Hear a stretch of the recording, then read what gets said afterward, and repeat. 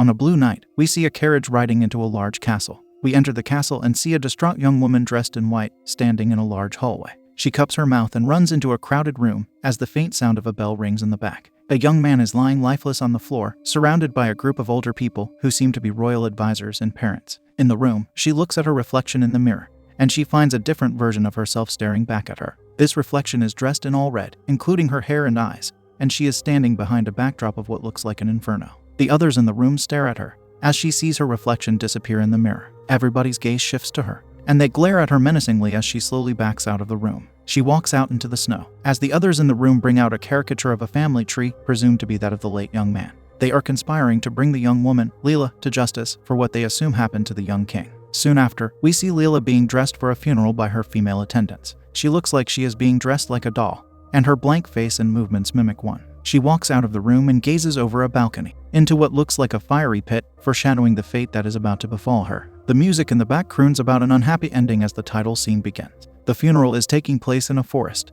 and a procession of friends and family have gathered for the young king. A woman, who is presumed to be the king's mother, frowns at Leela with daggers in her eyes. They make eye contact, and while Leela is pouring flowers into the grave, she pulls up her sleeve to reveal a dark bruise. Through Leela's memories, we see her in a fight with the king. He grabs and chokes her, indicating that he was regularly abused.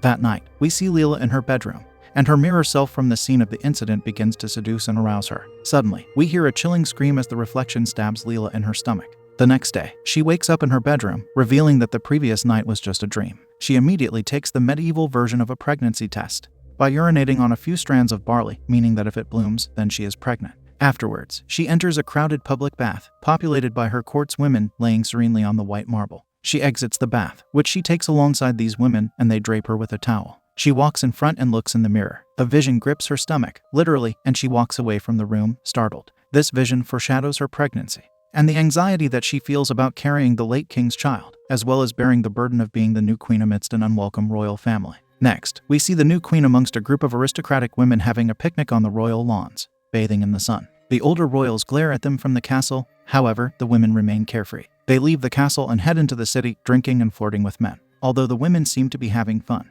they also wreak havoc on the square, troubling citizens and toppling over fruit and vegetable stalls. The other older royals are still looking over their shoulder, ever present in the new queen's life. The women ride horses into the forest, but the young queen breaks away from the larger group. She takes her horse up a hill, but the horse is startled by something and abandons her. She begins to walk back into the forest, stumbling over bushes and tree stumps. Her dress is torn, and her hair is disheveled. She comes across an awkward hut made with twigs and branches. She cautiously enters the hut to see what seems like a witch's lair, adorned with potions and candles. The witch has long black hair and white hollow eyes. She greets Leela and begins to gracefully examine the queen's body with her hands. The witch cups the sides of Leela's stomach, and Leela starts chanting. The two begin to chant together, but Leela rushes out of the hut in a hurry. She returns to the castle and sees that the barley has sprouted, signifying that she is pregnant with the child of the late king. In a series of shots which illustrate the passing of time, we see Leela undergo her pregnancy. 3 months in, we see Leela being massaged by her women attendants in her room. 4 months pass, and Leela is seen drinking wine in her bedroom.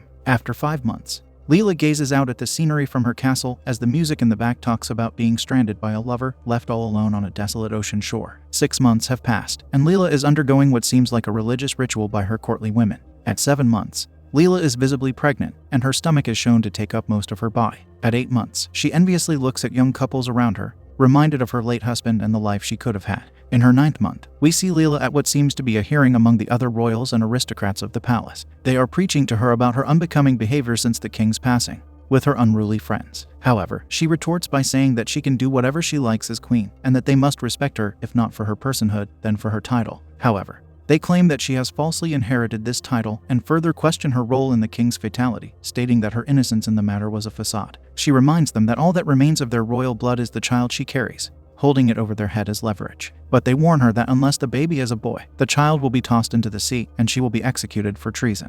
Leela's expression stings with rage and anxiety, and she strips off her cape and jewelry, storming out of the royal court. She walks into the forest and comes across a large river. She tries to in the river, but suddenly goes into labor, and her courtly women come to escort her out of the river. Back in the castle, one of her lady attendants informs one of the other royals that Leela is gone. Royal soldiers rush out of the castle and into the forest, searching for her. We see Leela run through the trees, gripping her pregnant stomach as she tries to evade the soldiers. She comes across the witch's hut again, this time in the throes of labor. The witch welcomes her into the hut and coaches her throughout the process. The witch puts her fingers to Leela's forehead, and we are taken back into the queen's memories. We see past Leela mixing a thick powder into a bottle of wine. The now late king bursts through the door and drags Leela to the floor, taking large swigs from the wine bottle. He drags her to the bed, but before anything else can happen, he collapses to the floor, perishing by Leela's hands. In the present day, the baby has been born, but the royal soldiers are still after Leela. They find the witch's hut in the forest and set it on fire. They capture both Leela and the baby,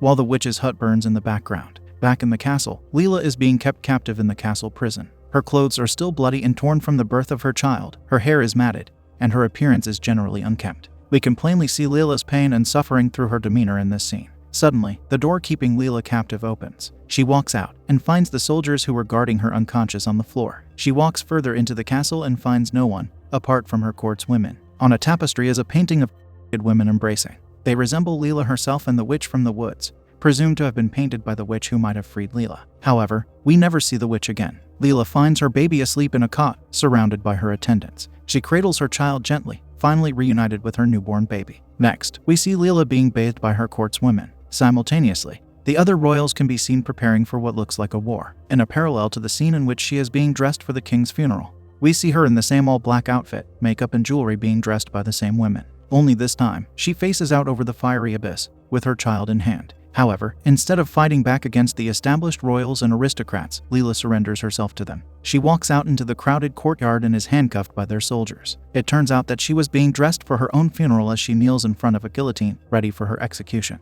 Right before she is struck by the blade, the backdrop changes, and the scene is illuminated with warm light. We see Leela with her child, as she grows up from a baby to a toddler. They hug and cradle each other affectionately as mother and daughter. Leela shows her child the forest, introduces her to horses, and has picnics with her on the lawn. However, these are only Leela's wishes and dreams of a life she could have led with her child. We are brought back to the scene of Leela's execution. Her head is still in the guillotine, but in a display of rebellion, Leela starts to laugh. Suddenly, the blade falls on her neck. The crowd is silent. Her mirror self can be seen standing near the site of her execution. Thus, by subverting expectations, the movie showcases the prevailing of the ruling order over what could have been the possibility for a new one, and what can be scarier than that.